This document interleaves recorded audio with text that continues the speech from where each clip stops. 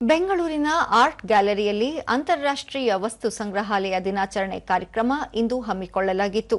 ಕಾರ್ಯಕ್ರಮದ ಅಂಗವಾಗಿ ಕಾವ್ಯ ಸಂಜೆ ತಂಡದಿಂದ ಮಕ್ಕಳಿಗಾಗಿ ಕಥಾ ಪ್ರಸ್ತುತಿ ನಡೆಯಿತು.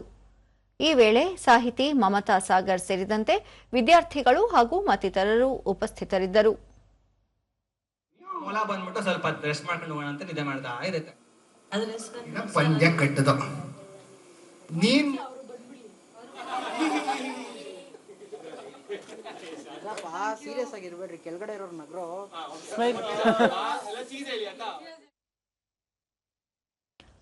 ದೂರದರ್ಶನದೊಂದಿಗೆ ವಿದ್ಯಾರ್ಥಿ ಹತ್ರೇಶ್ ಕುತೂಹಲಕಾರಿಯಾದ ಕಥೆಗಳನ್ನು ಕೇಳುವ ಅವಕಾಶ ದೊರೆತಿದ್ದು ಸಂತಸ ತಂದಿದ್ದು, ಕಥೆಗಳ ಮೂಲಕ ಉತ್ತಮ ಸಂದೇಶ ತಿಳಿಯಲು ಸಾಧ್ಯವಾಯಿತು ಎಂದು ತಿಳಿಸಿದರು.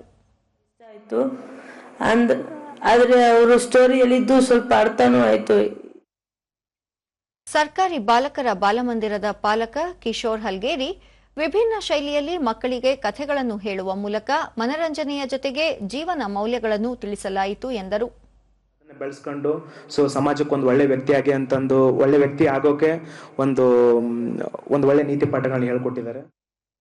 ಸಾಹಿತಿ ಮಮತಾ ಸಾಗರ್ ಉತ್ತಮ ಮೌಲ್ಯಗಳನ್ನು ಕಲಿಯಲು ಕಥೆಗಳು ಸಹಕಾರಿಯಾಗಿದ್ದು, ಸಾಹಿತ್ಯಾತ್ಮಕ ಚಟುವಟಿಕೆಗಳಿಂದ ಮಕ್ಕಳಲ್ಲಿ ಬೌದ್ಧಿಕ ಶಕ್ತಿ ಹೆಚ್ಚುತ್ತದೆ ಎಂದು ತಿಳಿಸಿದರು.